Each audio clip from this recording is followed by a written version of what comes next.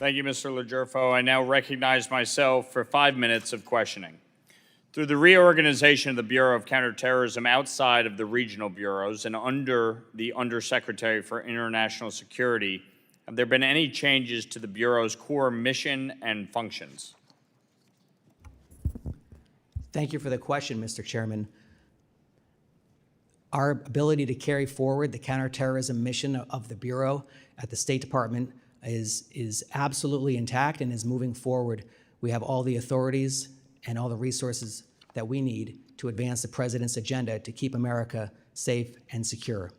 The move into the Undersecretary for Security, the T family, if you will allow us to work together with partners in the department who share similar funding streams and to make sure that we complement rather than overlap on key functions. So to that end, what new policy tools or structural advantages has the Bureau gained through this move, and how is CT leveraging its new placement to drive integrated responses to global terrorism? We have our statutory responsibility, Mr. Chairman, to coordinate in the department, in the agency, in the interagency, and also with diplomacy with our partners overseas. All of that remains, as well as our capacity to recommend designations for foreign terror organizations when appropriate, as we have very assertively in this administration with over 10 foreign terror organizations designated since January 20th.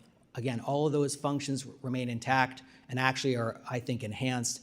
Going back to where we are in the Undersecretary for Security, the T family, if you will, we have, again, the opportunity to be a lot more strategic in how we allocate resources and taxpayer dollars, working with our bureaus from the political military family, also INL, the Narcotics and Law Enforcement Bureau, as well as those in non-proliferation. Oftentimes, when we're working on terrorist issues in a given country, all of those bureaus have interests or funding streams, and we've started our staff meetings. We're consulting daily in a way that we haven't done previously, and I can tell you it's already made a big difference. Does the Bureau of Counterterrorism have sufficient budgetary flexibility within NATO accounts to respond quickly to new threats, such as the emergence of new terrorist networks or cyber-linked financing schemes? Absolutely, Mr. Chairman, and I believe that the streamlining of the reorganization will help us to think more strategically and to act with a greater focus on our core mission to keep America safe. Following up, would additional reprogramming authorities or surge mechanisms help the Bureau respond to unanticipated threats in fiscal year 26 and beyond?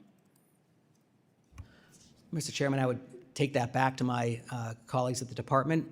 I believe that our resources and our authorities are sufficient at this time, but welcome any feedback or proposals you or the committee may have. Thank you. Can you elaborate on how robust funding for the Bureau of Counterterrorism helps generate goodwill from partner governments on other U.S. priorities? Absolutely. That's a great question. For example, with the Philippines, an area of the world where there's a lot of strategic competition, we have a vigorous and comprehensive counterterrorism program with the Philippine government to address terrorist threats in that country. And that, in turn, builds trust, of course, because we're effective on that, and we have a broader set of strategic equities with the Philippine government that our effectiveness and our partnership on shared interests helps to advance. And can you share how the Bureau leverages programmatic funding to encourage counterterrorism burden sharing and broader foreign policy alignment? Absolutely. Last month, I was in Madrid to lead our delegation to the Defeat ISIS Coalition political directors meeting. We had about 30 members of the Defeat ISIS Coalition there at an event hosted by the Spanish government. We talked a lot about Syria, which I know is a very important issue for this committee, certainly for the administration.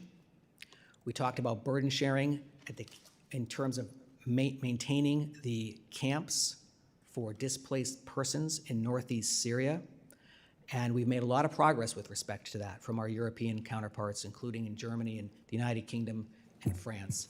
We've emphasized, under the President's direction, that sharing risk means sharing burden, and that also America First does not mean America alone.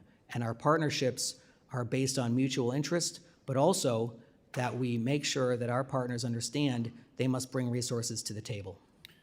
Last question. With new funding, how will CT Bureau determine priority regions or countries for counterterrorism programs and broader engagement? Thank you, Mr. Chairman.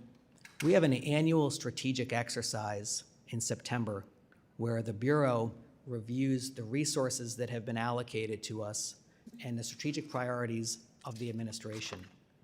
And in the case of the upcoming year, I expect us to focus heavily on Central Asia because of ISIS Khorasan and the threat that ISIS Khorasan continues to pose to the United States and our partners in the region as well as in Europe, Iran and its terrorist proxies, and West Africa, as well as the Western Hemisphere, given our new focus and aggressive focus on addressing the terror wrought by cartels. Appreciate it. My time has expired. I now recognize Representative